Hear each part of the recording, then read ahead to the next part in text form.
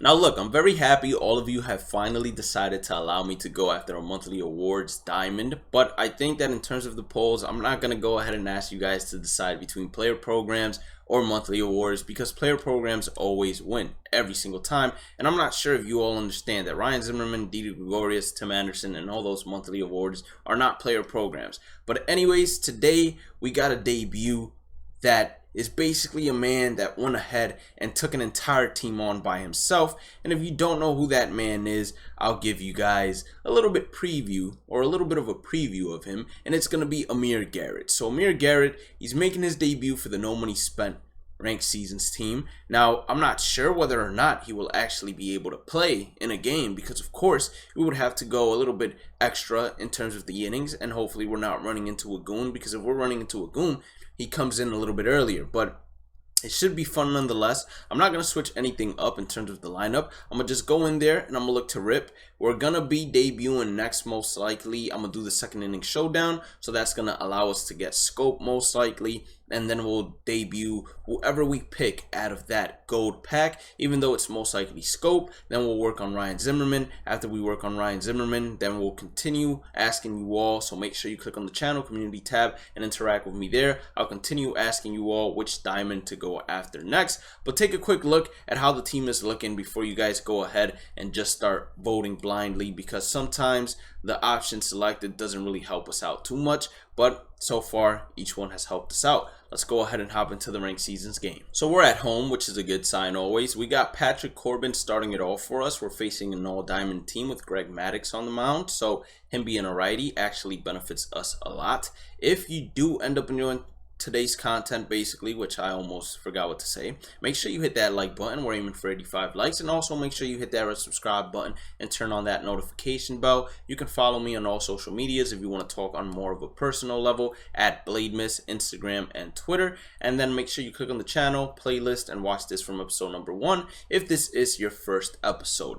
Now, Ketel Marte, he's a great hitter against lefties, so as long as we don't give him anything he can 100% crush, we should be good. Tim Anderson, I wanted to see the hops there, kid. But unfortunately, that pitch was just a little bit too good for him to pass up. Definitely was early. Slightly rolled. Makes sense. Yohan Moncada, I'm not as scared of, just because I do know that his splits are better against right-handers, as they always are. Are we going to be able to make that? No, we aren't. 2-2 count. I'm just looking to dot this changeup up. Underneath the strike zone, it's gonna be a ground ball. That's why I personally have to lay off of low pitches, especially if they're underneath the strike zone, because whenever there are runners on base, they usually end up being exactly what you guys saw right there, which is a ground ball. It's very hard to go ahead and lift something off the ground, especially with runners on base. It's like there's something in the game saying, hey, every time you swing at a bad pitch, we're gonna make you pay with runners on base 100%. But then, you know, you're hitting with no one on base, you swing at a pitch there and it's a solo shot, and you're just like, what just happened? Like, for example, that right there, that is literally the same pitch, and he ended up getting a base hit up the middle. Now granted, of course, the shift isn't on, so a base hit right there is a little bit more deserving than not. So you have to, you know, keep your IQ in terms of baseball when things like that happen, as we tried to make the dive and grab there with Moustakas. 1-2 count. I'm going back to the curveball. A little bit outside. He swings way too far out in front, and we managed to get ourselves out of that inning without surrendering a run. He's going to take ball 4 as he usually does. Eddie always ends up getting walked. I don't know what it is about him, but everybody fears him. That's a circle change, I believe. We were able to just turn on that one. It was actually a curveball. Hit it right back up the middle. It's going to be a double for us, and that's going to bring up the Grandy man, looking to drive in some runs early. So still a full count. We're battling here, trying to get him on base. And that's going to be ball 4. I felt like that was a little bit too good to take, or too close to take, but I believed in my eye. And that's going to be ball 4 regardless, so he walks in a run. Got to get a base hit here. Sinker, got good. Right at the right fielder, Reggie Jackson, unfortunately. So full count, I'm going with an outside two-seamer. Just looking for it to come back outside instead of jamming him up and allowing him to still get a base hit there. So he'll have a runner on first to start this inning off as well. Greg Maddux up to hit now. Runner on first. I'm going to go right after him. And we're going to get a ground ball that Adam Dunn is going to step on first for. So he got a base hit. And then we managed to get 2 strikeouts and get the job done. Get out of that inning in a hurry. That's a cutter. He turned on it. We got good okay. I'm not sure whether or not this one's leaving. And apparently that one is home run worthy. So welcome to the kingdom, Mike. Way to give us a nice little 2-run lead. Even though that wasn't the best PCI'd ball we've had the entire game. Actually, Tim Anderson's was a lot more PCI'd. And of course, Blade's. Fastball right down the pipe. I tried to hit a solo shot with Patrick Corbin. It's going to be an easy pop-up to the second baseman. 0-1 count to Reggie. I'm going with the 4-seamer down and inside. He's probably, I was going to say not expecting that, but tragedy occurred. That's going to be crushed by Blade. Sinker, goodbye. Welcome to the kingdom, Blade. I believe he's on a roll. That's like his 3rd home run so far this season. So he's starting to heat up. That's what we like to see since he is arguably our best hitter on the team. That's the pitch. That's the pitch. Sinker, Adam Dunn, welcome to the kingdom. That was so needed by him. I needed him to break out, get a solo shot. Let me know that, yeah, I got the power in me. And he does just that. So first base, he's not moving anytime soon. Hopefully he doesn't quit out because this looks like a game where Amir Garrett could be coming into the 7th or 8th. Because Patrick Corbin is not going to be too hard to pick up on. But if we start hitting and we continue hitting, he'll most likely quit. That's going to be a base hit. Let's go. I knew Glaber ain't had that gold glove out there in short. And Tim Anderson, he stays hot.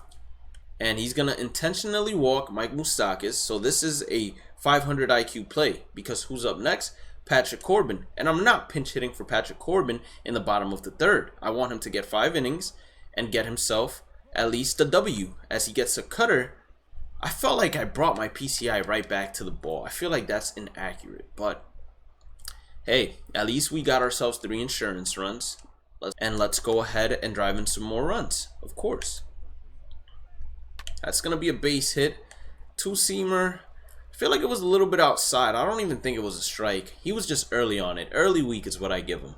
I'm going with the curveball. It's our best pitch. I thought he was going to 3rd. He wasn't. We strike out Joey. And we head on towards the bottom of the 4th. So we have an 0-2 count to JD. I've been thinking about it. We could warm up Amir Garrett, but let's warm up Amir Garrett. 100%. I mean, something like this always happens. I start talking, and then all of a sudden, he just hits a solo shot. I don't even know what to do. I feel like it's me, but you never know. So we got a 1-0 count here to Reggie. I'm going with the curveball. That's hung.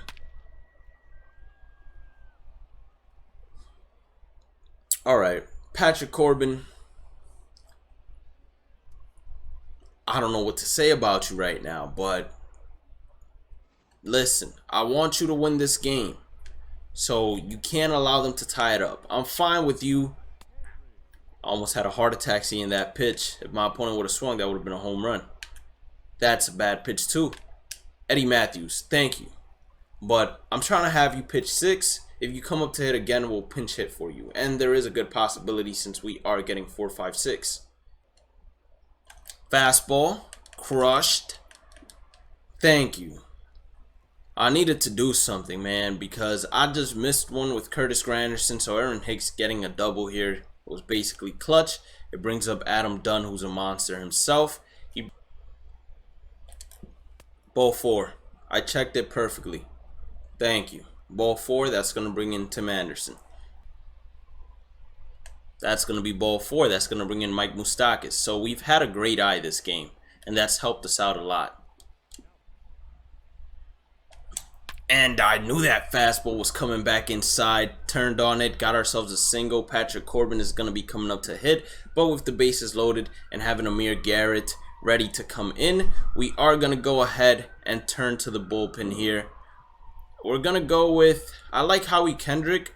I like Yasmani Grandal. I think we go with Yasmani Grandal. We give him an opportunity to go ahead and do some damage. And he's a switch hitter, of course. But I doubt he can take out Lee Smith.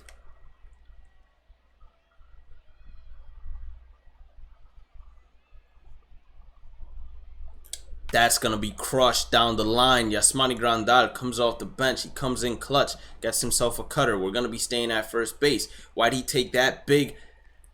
Why'd he take that big of a turn? I didn't ask him to. He just literally said, hey, look at me. I'm taking a humongous turn. How am I doing? That's going to be a pop-up. I was still, that's one thing. You have to mentally reset for every single at bat. I was still thinking about, wow, he just cost us an out, and then I end up costing myself an out with Eddie Matthews. I'm honestly going to be moving Eddie Matthews down in the lineup. He just can't be our leadoff hitter anymore. And Amir Garrett, it is time for you to come in, of course, and make your debut. So luckily for us, you know, Amir Garrett does get an opportunity to come in and try to be great. Giving him a two-seamer inside. It's going to be right down the middle. That was definitely weak contact because he did not scorch it. So he got himself a base hit there. Probably good week in terms of contact result.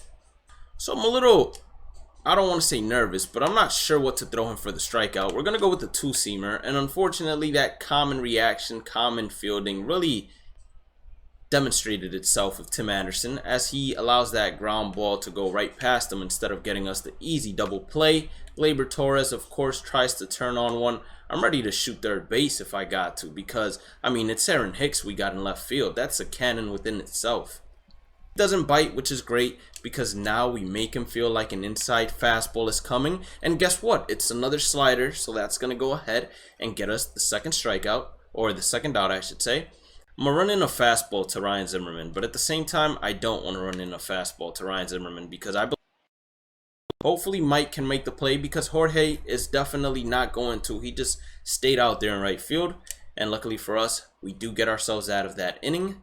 Amir Garrett did his thing, so I'm happy for him. I'll let Amir Garrett pitch the top of the 7th as long as he doesn't cause himself too much trouble. And then after that, I'm not sure whether or not he's actually going to get a chance to hit, as that's a solo shot. So Yohan Moncada is up next. Yohan Moncada is weaker against lefties, so we'll leave him in to face Yohan Moncada. But if he gives up a base hit to Yohan Moncada, then I'm pulling basically the lever, I guess. 2-1 count to Reggie. I'm giving him a slider. I think he's sitting slider this entire at bat, and if he was, he swung at a very bad one.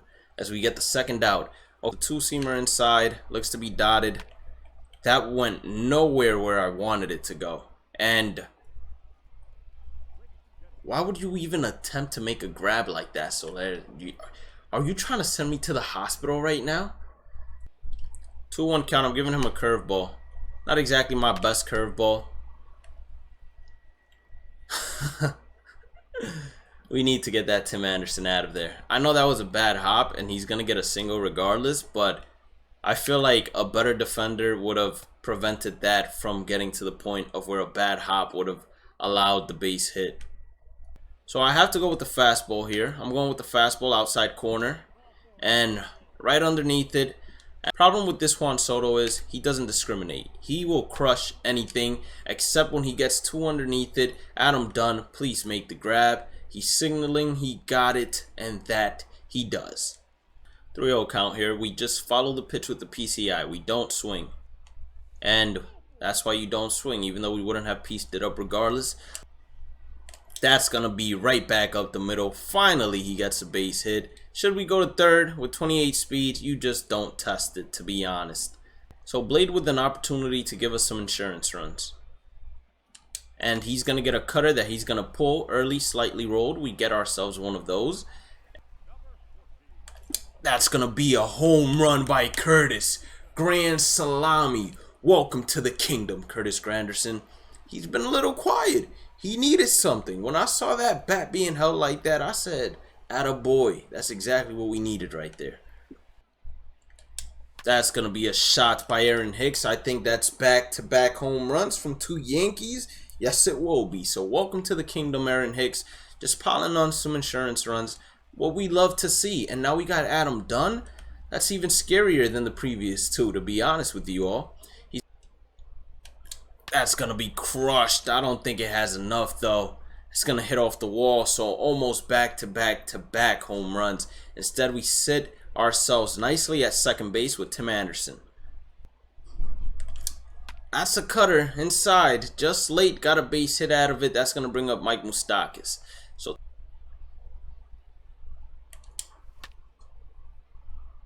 I was trying to turn on that pitch, had to look at the feedback before I said anything. I did feel late there, but that would have been mercy rule if we would have hit a 3-run home run. Can we get the slider for strike number 3? He ends up swinging over the top of it. It has great movement, so I can't blame any of my opponents for missing that pitch. It's just dirty. Now look at his two-seamer. Watch how dirty the movement is. It just keeps dying away. Like, if you're not sitting on two-seamer, there's no way you're going to catch up and hit that. I mean, look at that movement. That movement is just incredible. And then you mix it up with a slider that's actually moving towards the hitter. What more could you ask for out of a closer? Look at that. Just ran back inside. He didn't know whether it was a slider or a two-seamer, and we end up getting the strikeout. So, screenshot time. We'll finish it off in a second. So, the Woolly Mammoths advanced to 678. We are still currently undefeated.